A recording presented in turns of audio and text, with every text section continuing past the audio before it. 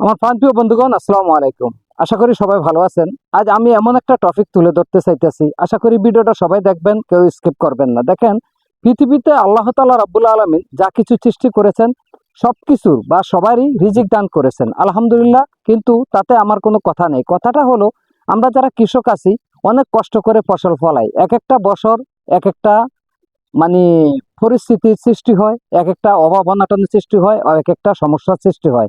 এই বছর আমরা যেই জিনিসটা ফলো করেছি, আপনারা লক্ষ্য করেছেন, এখন বর্তমানে বাজারে শসার কেজি বা ক্ষীরার কেজি 60 থেকে 70 টাকার নিচে নামছে না। এটা আসলে ব্যাপারটা হলো, কিছু ব্যাপার হলো এই বছরে বিশেষ করে বেশিরভাগ খরা বৃষ্টি না হওয়ার কারণ।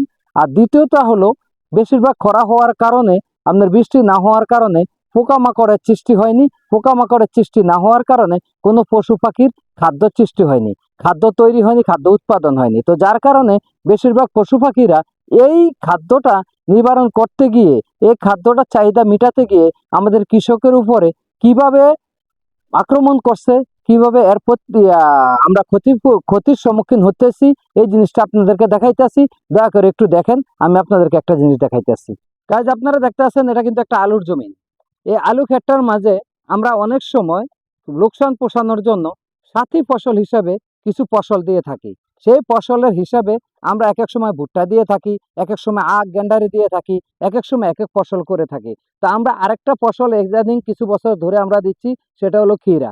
ক্ষীরাটা যখন আমরা শশাটা আপনার এই আলুর জমিনে রোপণ করি, তখন রোপণ করার পরে ফাইনাল যখন টপ ড্রেসিং করে ফেলি, তারপরে আমরা যখন এই মাটিটা টানা ফেলা হয়ে যায়, সম্পূর্ণ মাটি দেওয়া হয়ে যায়, তখন আমরা কিন্তু এই কাজটা করি, মানে শশা রোপণ করি। শশা রোপণ করার পরে কি হয়, আপনার এই যে আলু গাছগুলো দেখছেন, এই আলু গাছগুলোর উপরে দিয়ে সম্পূর্ণ শশা ক্ষীরা গাছগুলা বেয়ে যাবে। বেয়ে গেলে আমরা দেখা গেছে যে শশাটা তোলা শেষ হয়ে গেলে, ক্ষীরাটা তোলা শেষ হয়ে গেলে, তারপরে আমরা এই আলু সহ বাকি ফসলটা তুলে ফেলি। তখন আর দেখা গেছে আমরা অনেক লাভবান হতে পারি। কিন্তু এই বছর সবচেয়ে বড় সমস্যাটা হয়েছে, দেখেন, এই যে দেখতেছেন, আমি কিন্তু এই জায়গাটার মধ্যে ক্ষীরা গাছ রোপণ করছি।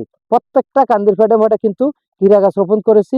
এটা আমাদের খরচটা কম হয়, লাভটা বেশি হয়। যার কারণে ক্ষীরা গাছ রোপণ করার পরে আপনারা দেখেন, এই গাছগুলা দেখতে পাইতেছেন, এই যে এই গাছগুলা আমরা কিন্তু সুন্দরভাবে, এই গাছগুলোর সাথে কিন্তু এই যে আরো কতগুলা গাছ কিন্তু এখানে ছিল, এই গাছগুলা কিন্তু ঘুঘু ঘুঘু পাখি যেটাকে বলা হয়, এই পাখি কিন্তু খেয়ে ফেলেছে।